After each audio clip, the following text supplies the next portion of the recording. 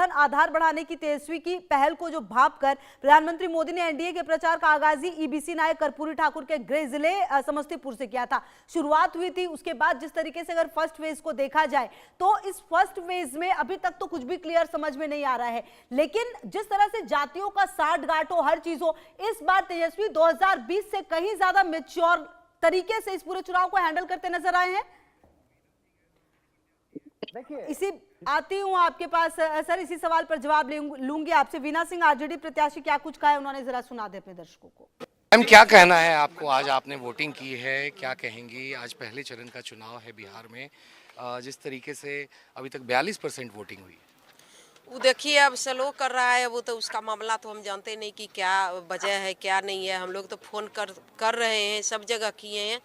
और देखिए कि बरहिया बाहा से लेकर के जहाँ तक मेरा क्षेत्र है और पंडारक टाल सब जगह घूम कर आए हैं। बहुत अच्छा 3 नंबर लालटेन छाप चल रहा है। अच्छा हाँ, तो जिस तरीके से यहाँ पे मुकाबला है अनंत सिंह के सामने, कोई आप मुकाबला नहीं है, कुछ भी नहीं है, ये सब फालतू बात है। अब यहीं बगल में ही लखीसराय में उप मुख्यमंत्री के काफिले पे भी हमला हो गया है। वो कह रहे हैं कि राष्ट्रीय जनता दल के गुंडों ने उनको तो 2 बार जिता करके मुख्यमंत्री बना दिए। आप बन जाएंगे क्या? हम ही जिताए हैं, आप नहीं बनेंगे। अब हो गया काम खत्म। बहुत बहुत शुक्रिया मैडम। तो ये थी वीना देवी जिन्होंने साफ तौर हो गया है, अब उनका काम खत्म है। आप मुख्यमंत्री नहीं बन पाएंगे, अब वो विधायक भी नहीं बन पाएंगे। हम ही उनको 3 बार जिताए हैं। अब बरहिया जहाँ महारानी थान है ना, वहाँ रोड हम ही बनवाए थे पूरे चारों तरफ। क्या कहता है बरहिया जो पुल है बाबा का, वो भी हम ही बनवाए हैं सब जगह। आप वो नहीं बन पाएंगे, आप मुख्यमंत्री लायक भी वो नहीं बचेंगे। बहुत बहुत शुक्रिया मैम बात करने के लिए। तो ये थी वीना देवी जो मोकामा से खड़ी हैं इस बार अनंत सिंह के सामने, और इन्होंने कहा कि वो यहाँ से मोकामा की सीट से कुछ ही दिनों में जीत दर्ज करने वाली हैं। और वहीं उप मुख्यमंत्री विजय कुमार सिन्हा के काफिले पे हुए हमले को लेकर उन्होंने कहा कि वो इस बार जीत नहीं पाएंगे। वो ये सारे बेबुनियाद आरोप लगा रहे हैं और जो मुख्यमंत्री बनने का वो सपना देख रहे हैं वो उनका पूरा नहीं होगा। और उन्होंने यहाँ तक दावा किया कि वो 2 बार जो जीते भी अपने लखीसराय की सीट से, वो इन्हीं की वजह से जीते। विजय अंकुश शर्मा के साथ आनंद सिंह, इंडिया न्यूज, मोकामा। पहले तो आप अपना नाम बता दीजिए। अविनाश कुमार सिंह। अविनाश जी, आप सुबह वोट डालने आए हैं, मुद्दे क्या होंगे इस बार चुनाव में? क्या मुद्दे हैं जिसके आधार पे आप आज मतदान डालने वाले हैं? सबसे पहला मुद्दा विकास का ही होता है, ठीक है। अब विकास के सिवाय और क्या मुद्दा होना चाहिए? जैसे शिक्षा है, नल है, जल है, यही सब मुद्दा है और ये सब पर काम हो रहा है तो ठीक है, इसी मुद्दे पर हम लोग वोट करते हैं। क्या चाह रही है बिहार की जनता इस बार के इलेक्शन में? 2 फेजेस में इलेक्शन हो रहा है, ये पहला फेज है, इसके बाद दूसरा फेज होगा। बिहार के जो वोटर्स है, बिहार के जो नागरिक है, वो क्या उम्मीद कर रहे हैं? नागरिक क्या उम्मीद करेंगे कि उनकी जो भी मांगे हैं उस पर अगर जो पार्टी खड़ी उतरती है तो उसके लिए वो वोट करते हैं। हमारी जो मांग है क्या है, समाज में जो चाहिए, समाज को क्या चाहिए? बिजली सही हो, पानी सही हो, है ना।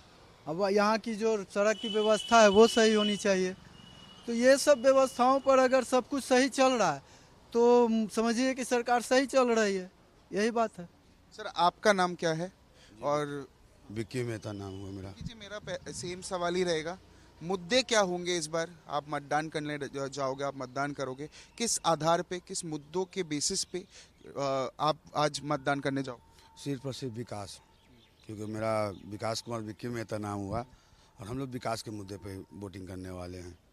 और हम लोग को अभी 125 यूनिट बिजली मिला, उसके बाद हम लोग को 3 टेकर डबल पुल मिला, फिर पटना बीटा में हम लोग को NIT कॉलेज मिला। अब बिहार का रोड बन चुका है, इंफ्रास्ट्रक्चर तैयार हो चुका है। तो हम लोग मुद्दे पे ही काम करेंगे, मुद्दे पे ही अपना वोटिंग का काम करेंगे। और ये कुम्हार की सभी जनता सब मुद्दे पे ही काम करेगी। और नल जल योजना भी, ये कुम्हार जो आप देख रहे हैं, ये कुम्हार राजा अशोक का वंशज का कुम्हार है, ठीक है ना। तो ये शुरू से यहाँ से अखंड भारत का नींव रखा गया है। तो हम लोग तो भाई अखंड भारत की नींव रखने वाले हैं, भारत माता की जय करने वाले हैं, तो विकास के ही साथ चलेंगे। सर, आपका नाम बता दीजिए। जी, मेरा नाम अजय कुमार हुआ। अजय जी, बिहार की जनता क्या उम्मीद कर रही है, क्या डिमांड है, किस आधार पे आज आप मतदान करने वाले हैं? सर, ऐसा है कि विकास तो बहुत हुआ है, ठीक है ना, लेकिन एक सबसे बड़ा जरूरी मुद्दा हम लोग का है नहर का। अगर ये नहर का काम अगर सरकार समय रहते कर देती है तो हम लोग के लिए और भी ज़्यादा सरकार के प्रति बढ़िया उनका अथी हो जाएगा। इस मुद्दे पे इनको हम जो है जानकारी दे देते हैं। नहर हम लोग का पास हो चुका है और 2028 तक नहर का कार्य चालू, 2028 तक बनाने का जो सिलसिला है जो 2028 तक पूरा होगा।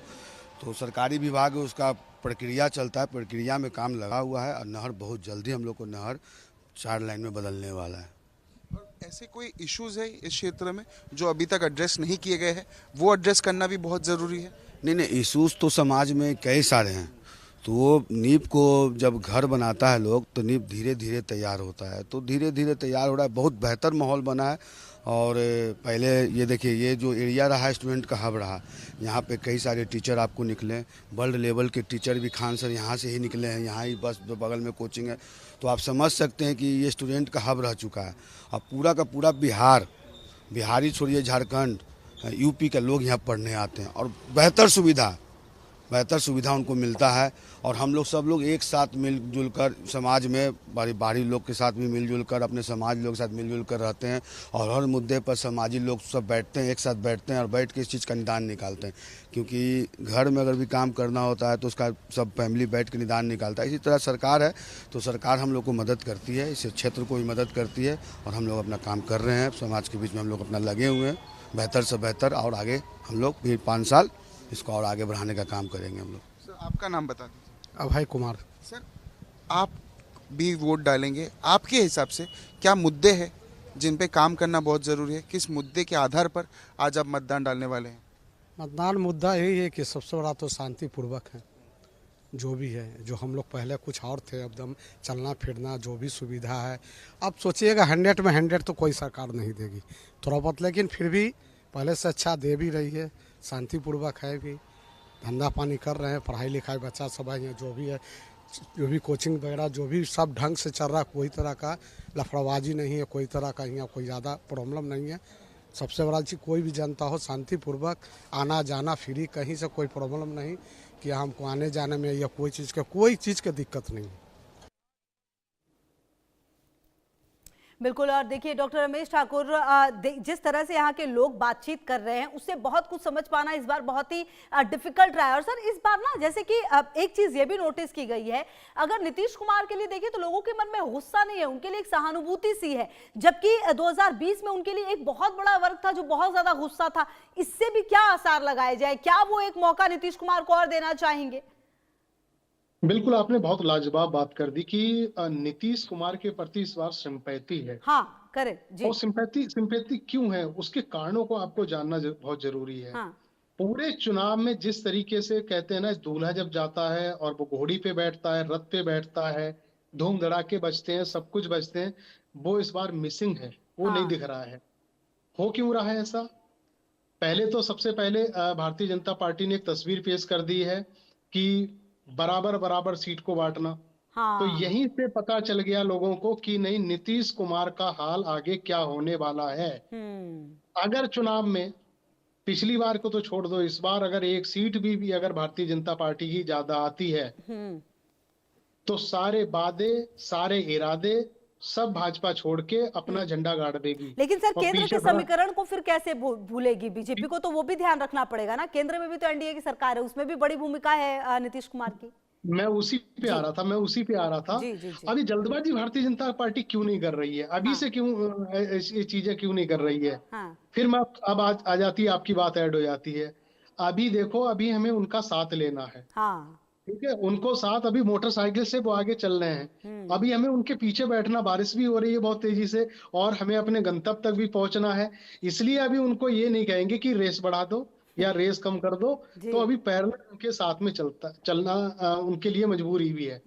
तो इन सब चीजों की जब समीक्षा आप करोगे तो आपको खुद पता चल जाएगा कि नीतीश कुमार के प्रति लोगों की सहानुभूति क्यों है। यही कारण है कि नीतीश कुमार को कमतर बिहारी नहीं आंकना चाह रहे हैं। अगर भारतीय जनता पार्टी, अगर अमित शाह या फिर एनडीए का कोई भी बड़ा कदावर नेता ये अगर चाहे कि बिहारियों के होते हुए अगर नीतीश कुमार की औकात को, उसकी इमेज को अगर कमतर आंक दिया तो इनसे बुरा कोई नहीं होएगा। हाँ, तो बिल्कुल। इसलिए बिहारी जितने भी हैं वो सब डंडा लेके खड़े हुए, नहीं नीतीश बाबू आप आगे चलो, मैं आपके पीछे, हम पीछे खड़े हुए ठीक है। हैं। और इसमें हाँ। एक चीज और जी ऐड कर जी दूं, जी।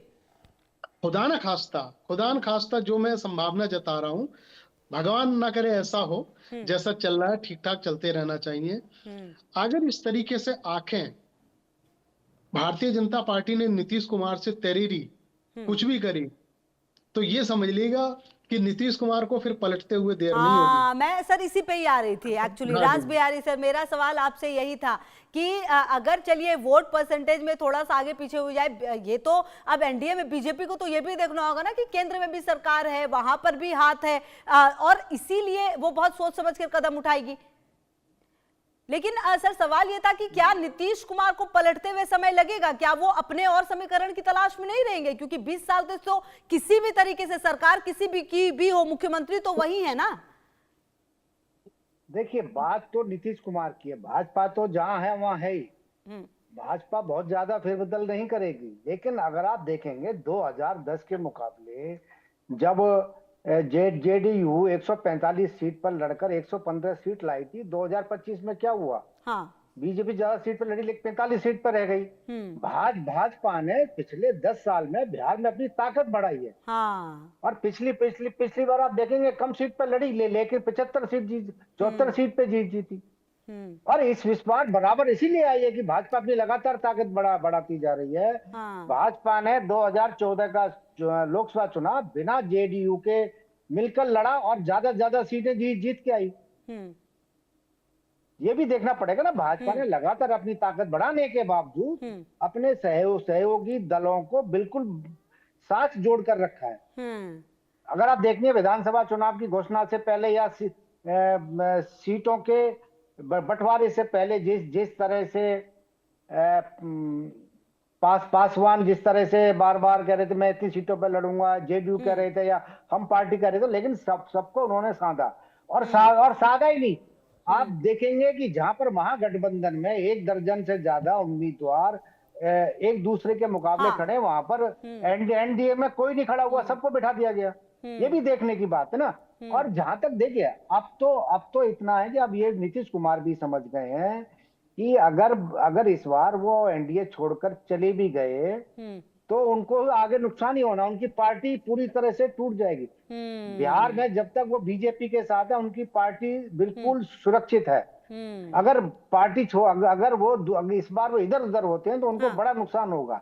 दूसरी बात है कि पहले ये कहा गया था कि नहीं, भारतीय जनता पार्टी उनके कहने पर तैयार नहीं है, लेकिन अब तो लगातार प्रधानमंत्री और गृह मंत्री लगातार कह रहे हैं नहीं, हमारा चेहरा नीतीश कुमार है। तो उसमें भी कोई शक की गुंजाइश नहीं है कि जब चुनाव के बाद में कौन होगा, चाहे कितने भी उम्मीदवार हों, चाहे कितने भी जीते कितने भी हारे, लेकिन मुख्यमंत्री उन्होंने कह दिया भाई नीतीश कुमार ने, अब नीतीश कुमार के ऊपर है कि वो कब तक बने रहते हैं या वो अपनी इच्छा से छोड़कर कुछ और करना चाहेंगे। ठीक है, आती हूँ सर, थोड़ा फ्रेम भी आप अपना ठीक करवा लीजिएगा। डॉक्टर रमेश, अच्छा देखिए सर, जो बात नीतीश कुमार के बारे में कही जाती है और जितना हमने नीतीश कुमार को के बारे में समझा है, पढ़ा है, मतलब सत्ता किसी की भी हो उनको मुख्यमंत्री रहना है, ये तो उनका नजर है। लेकिन सर पिछले कुछ सालों में अब स्थिति तो जेडीयू की भी बदली है ना। जो बात राज बिहारी कह रहे थे सर, उन्हीं की बात को आगे ले जाते हुए अब अगर उन्होंने सोचा कि इधर से उधर करेंगे तो कई विधायक तो वैसे ही टूट जाएंगे, तो बीजेपी का काम शायद ऐसे ही आसान हो जाए। और ये बात बीजेपी बहुत भली भांति जाती है, इसीलिए इस बार इक्वल जो सीट बंटवारा था उससे शुरुआत हुई। कई बार नीतीश कुमार से मिलने के लिए नहीं गए, चाहे प्रधानमंत्री हो या अमित शाह, खुद जो नीतीश कुमार है वो होटल में जाकर मिलने के लिए पहुंचे। तो ये भी तो तमाम समीकरण बदलते हुए जो तस्वीर है वो नजर आई थी। डॉक्टर रमेश, नहीं, मैं इससे ज्यादा इत्तेफाक नहीं रखता हूं कि ऐसा करने से जेडीयू कमजोर पड़ जाएगी जी। भारतीय जनता पार्टी की भी स्थिति बहुत ज्यादा अच्छी नहीं है, पूरे एनडीए की भी स्थिति इस समय मौजूदा समय में इतनी अच्छी नहीं है। तो सर महागठबंधन की है क्या डॉक्टर रमेश, महागठबंधन की है क्या, ऐसा लगता है? नहीं, मैं अपनी पूरी बात कर लूं, वो भी चीजें अभी आ जाएंगी। हाँ। देखो, केंद्र की सरकार बैसाखी पे चल रही है, सबको पता है। अगर चंद्रबाबू नायडू, अगर नीतीश कुमार अगर एक साथ फैसला ले लेते हैं, क्या होगा सबको पता है। दूसरी बात ये है कि अभी आदरणीय रास बिहारी जी ने कहा कि बीजेपी के बड़े नेताओं ने कह दिया कि मुख्यमंत्री नीतीश कुमार होंगे, लेकिन बहुत देरी से कही ये बात, पहले कहनी चाहिए थी। इसमें कहते कहते उन्होंने देर कर दी। आपको पता होगा जब बिहार चुनाव की तारीखों की घोषणा हो रही थी, उसी के कुछ दिन के बाद में एक निजी टेलीविजन के कॉन्क्लेव में एंकर के पूछे सवाल में जब अमित शाह ने कहा, एंकर ने पूछा कि क्या नीतीश कुमार अगले मुख्यमंत्री होंगे, तो उन्होंने उस सवाल को गोल गोल घुमा के कहा कि नहीं, विधायक दल पहले का नेता जी, विधायक दल का नेता बनेगा, उसके बाद ये चीजें करेंगी। उसके बाद से अब मुझे लग रहा रास बिहारी जी यहाँ पे गौर से सुनेंगे मेरी बात डॉक्टर को। रमेश सर, मैं बस यहाँ पे एक चीज और ऐड कर रही हूँ। ये तो चलिए अमित शाह ने कहा, कुछ दिन पहले जो नीतीश कुमार के सबसे खास माने जाते हैं, केंद्र में मंत्री हैं, जेडीयू के खास हैं, ललन सिंह, उन्होंने तक ये बात कह दी थी। मैं ललन सिंह पे ही आ रहा था। जब ये बात उन्होंने कह दी थी ना अमित शाह जी ने, तो उसके बाद अंदर खाने जो खलबली मची है। बिहार से जेडीयू का एक दल जो बहुत खासम खास होता था नीतीश कुमार का, वो सीधे बीजेपी हेडक्वार्टर आके बैठ गया कि ये आपने क्या कह दिया, ये बयान आपको वापस लेना पड़ेगा, ये आपने क्या कह दिया। कुछ चीजें बाहर नहीं निकल के आती हैं, ठीक घूम फिर के सोर्सों से हम पत्रकारों के पास आ जाती हैं, वो मैं आपको बता रहा हूं। तो बड़ी खलबली मची थी कि नहीं, अगर आपने जरा सा अगर ये कह दिया कि नीतीश कुमार के नेतृत्व में चुनाव नहीं लड़ा जाएगा, उनको सीएम का कैंडिडेट घोषित नहीं करेंगे, तो ये चुनाव हमारे हाथ से निकल गया, ये गठबंधन के पास चला जाएगा, तेजस्वी यादव को मुख्यमंत्री बनने से कोई नहीं रोक पाएगा। ये सारी बातों आनन फानन में दूसरी रात को एनडीए और जेडीयू के बीच में नेताओं के मीटिंग हुई है। उसके बाद नेताओं ने ये कहना शुरू करा, पहले राजनाथ सिंह ने कहा, फिर अनुराग ठाकुर जी ने कहा, फिर प्रधानमंत्री के मुंह से निकला कि नहीं, अब नीतीश कुमार को ही उनके नेतृत्व में हम चुनाव लड़ रहे हैं। तो यहाँ पे उन्होंने बिगड़ती हुई कहानी को मैनेज कर लिया था, नहीं तो स्थिति बिगड़ गई थी। और लेकिन ये चीज लिखित में नहीं है, ये चीज कागज में नहीं है, ये सिर्फ बरबली है, मुंह जबानी है। ये 14 तारीख की जो मुकर्रर है, जिस दिन रिजल्ट आएगा, उस दिन आपको ड्रामेबाजी इतनी दिखाई आपको देंगी जितनी आप लोगों ने कल्पना तक नहीं की होगी। जी, कुल मिलाकर डॉक्टर रमेश, आप ये कह रहे हैं कि बहुत कुछ हलचल जो है उस दिन तेज होगी। मतलब ऐसा नहीं होगा कि किसी एक को जो है वो मिल गया हो बहुमत, चाहे वो एनडीए महागठबंधन, और वो आराम से सरकार बना रही हो। मतलब रास बिहारी जी, ये मानकर तो चलना पड़ेगा कि 14 तारीख को बहुत सारी चीजें इधर उधर देखने को मिलेगी। जो साठ गांठ है वो भी करने की कोशिश तमाम पार्टियों की तमाम के साथ होगी, और नजर तो प्रशांत किशोर पर भी होगी। देखिए, आज 121 जो सीटों पर चुनाव हो रहा है, अगर हम बात करें 2020 की, तो इनमें 61 सीट पर महागठबंधन जीता था और 60 पर एनडीए जीता था। जी। और सरकार एनडीए ने बना ली बाद में। लेकिन बात यह है कि इस बार जैसा दिखाई दे रहा है कि प्रशांत किशोर हो चाहे तेज प्रताप हो, ठीक है, प्रशांत किशोर एनडीए का नुकसान करेंगे, पर कितना नुकसान करेंगे? जितना नुकसान वो कर सकते थे मीडिया में, उतना ही करें। जमीन पर तो कहीं दिखाई नहीं दे रहे हैं, जमीन पर कहीं भी उनका कोई उम्मीदवार कोई दिखाई नहीं दे रहा है। हाँ, एक तेज प्रताप जरूर दिखाई दे रहे हैं, जिन्होंने बड़ी ताल ठोक कर तेजस्वी को ललकार दी है। और दूसरी बात है, जो सेकंड फेज होगा उसमें तो एनडीए आगे पहले से ही दिखाई दे रही है। अब ये ठीक है, 11 तारीख को वोटिंग होगी, रिजल्ट 14 तारीख को आएंगे, लेकिन हम इतना मान सकते हैं कि विकास के मुद्दे को लेकर एनडीए फिलहाल आगे चलता हुआ दिखाई दे रहा है। ये बात ठीक है कि पलायन और रोजगार को तेजस्वी यादव कोई मुद्दा नहीं बना पाए। जितना बड़ा मुद्दा एसआईआर को बनाने आया था राहुल गांधी, वो नहीं बना पाए। उससे बड़ा मुद्दा तो नरेंद्र मोदी और अमित शाह ने घुसपैठियों को बना दिया है। जिस तरह से उन्होंने घुसपैठियों को मुद्दा बनाया, लोगों को समझ में आ रहा है कि उनके अधिकारों पर डाका डाला जा रहा है। इस कारण ये चुनाव में साफ दिखाई दे रहा है कि इस चुनाव में तेजस्वी यादव कोई कमाल नहीं कर पा रहे। हो सकता है उनको और ज्यादा नुकसान उठाना पड़े। जी, बिल्कुल, तो ये बात तो है डॉक्टर रमेश, कई ऐसे मुद्दे जो एसआईआर से शुरू हुए, राहुल गांधी आए और ऐसा लगा कि ये जो कांग्रेस ऐसा लग रहा था उससे पहले कि 40 वाली सीट पर मान जाएगी कांग्रेस, लेकिन हवा ऐसी बदली कि फिर तैयार नहीं हुए। लेकिन एसआईआर जब मुद्दा बना उसके बाद तेजस्वी यादव को लगा कि अरे ये क्या हुआ, उसके बाद उन्होंने अपनी अलग बिहार अधिकार यात्रा निकाल दी। कुल मिलाकर वो मुद्दे जो एक्चुअली जनता के बीच जाने चाहिए तो वो महागठबंधन नहीं पहुंचा पाई, इसमें भी कोई डाउट नहीं है। देखिए, मुझे लग रहा है ये चुनाव एनडीए के लिए फंसता हुआ दिखाई दे रहा है। अब घुसपैठियों का मुद्दा अमित शाह जी की तरफ से उठाया गया था, उनके मुद्दे को इलेक्शन कमीशन ने जुटला दिया। जब एसआईआर होता है तो उन्होंने कह दिया एक भी घुसपैठी नहीं मिला है। उनकी तरफ से हलफनामा जब जाता है सुप्रीम कोर्ट में तो बताते हैं कि एक भी घुसपैठी नहीं मिला, जबकि बीजेपी जोर शोर से इस चुनाव में घुसपैठ का मुद्दा उठा रही थी। एक तो बात ये, दूसरा ये जो चरण है 121 वोटों का, सीटों का, इसमें आप अगर गौर से देखो विकास की बात हो रही है। अरे आधे से ज्यादा तो इसमें मुझे लग रहा है कैंडिडेट जो है 15% तो अनपढ़ है और 40-45% कैंडिडेट ऐसे हैं जो 12वीं पास हैं, 5वीं पास हैं, 6ठी 7वीं पास हैं।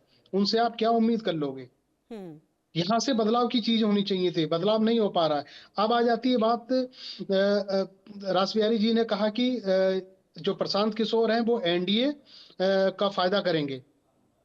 मुझे फायदा बोला जाने नुकसान उन्होंने बोला है, लेकिन जहां तक मेरा जो नजरिया है वो सिर्फ वोट काटेंगे, वो फायदा एनडीए को करवाएंगे, जो नुकसान अगर करेंगे वो महागठबंधन का नुकसान करेंगे। सीधे सीधे इक्का दुक्का अगर सीट उनके हाथ में आ जाए तो बहुत बड़ी बात है, क्योंकि वो इस चुनाव में प्रयोग करना चाह रहे हैं, नब्ज टटोल रहे हैं सारे के सारे वोटरों की, उनके साथ में कोई है या नहीं है। अब बात आ जाती है, ये जो फेस है पूरा का पूरा जातियों के उसमें समुद्र में गोता लगा रहा है। 18 सीटों पे पंडित सामने सामने हैं, 26 सीटों पे ठाकुर सामने हैं और लगभग 20 सीटों पे ऐसे जिसमें दलित को सामने कर दिया है। तो टोटली यहाँ पे उपयोगिता योग्यता बिल्कुल नहीं देखी है किसी दलों ने। उन्होंने कहा सामने का ठाकुर है तो ठाकुर को लगा दिया, पंडित है तो पंडित को लगा दिया। इससे भी मुझे लग रहा वोटर बड़ा कंफ्यूज हो रहा है कि हमारा तो पसंद कुछ और होना चाहिए था, लेकिन इन्होंने दलों ने अपने ही पसंद का उनको दे दिया है।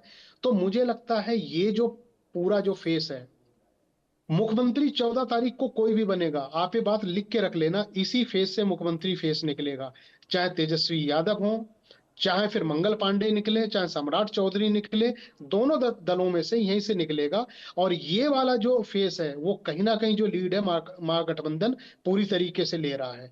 जो ग्रामीण क्षेत्र है वहां पे गठबंधन की तरफ से जो भीड़ लगी हुई है, जो उनकी तरफ से जो प्रचार लोग कर रहे हैं, तो उसमें लगता है ये बराबर का मामला नहीं है, ये थोड़ा सा 40 और 60 का मामला होता हुआ दिखाई दे रहा है। जी बिल्कुल ठीक है रासबिहारी जी, कहीं ना कहीं ये जो पूरा मामला है और ये जो पूरा चुनाव है, अगर सिर्फ इस एक फेज की बात की जाए तो कहीं ना कहीं अब देखना, क्योंकि इस पे तो मुख्य लड़ाई नहीं है, अब जो इसके बाद जो दूसरा फेज है मेन लड़ाई तो वहां पर है, क्योंकि वहां पर एनडीए पिछली बार काफी आगे थी। मैं जैसे मैंने पहले भी कहा कि दूसरे फेज में तो एनडीए आगे होगा ही होगा। पिछली बार इन सीटों में मिला के 121 सीट में से 61 सीट महागठबंधन थी, 60 एनडीए था। लेकिन इस बार इस फेज में भी एनडीए बढ़त बनाता हुआ दिखाई दे रहा है, क्योंकि जिस तरह से कांग्रेस का कैंपेन हो, चाहे आरजेडी का कैंपेन हो, और खासतौर पे तो आरजेडी वाले ही कह रहे राहुल गांधी आते हैं और हमारे सीट कम करा के चले जाते हैं। राहुल गांधी के साथ चुनाव प्रचार करने को तेजस्वी तैयार नहीं है। तो ये सब इस तरह की बातें हैं जो एनडीए के पक्ष में जाती है। हाँ, इतना जरूर है कि जैसे कि बार बार ये बात कही जा रही है कि प्रशांत किशोर जहां भी थोड़े बहुत वोट काटेंगे वो एनडीए का नुकसान करेंगे, क्योंकि जो सवर्ण वोटर है, जो पढ़ा लिखा वोटर है, अगर जो एनडीए को पसंद करता, अगर वो थोड़ा बहुत बढ़ जाता है कैंडिडेट के हिसाब से, तो एनडीए को नुकसान होगा। ठीक है सर, बहुत शुक्रिया आपका भी और डॉक्टर रमेश आपका भी तमाम जानकारियों के लिए और जुड़ने के लिए हमारे साथ। और लगातार इस पर रहेगी नजर कि आखिरकार आने वाले समय में किस तरीके से ये जो वोटिंग परसेंटेज है वो आगे बढ़ेगा। लगातार इंडिया न्यूज की नजर बनी हुई, आप रहिए हमारे साथ।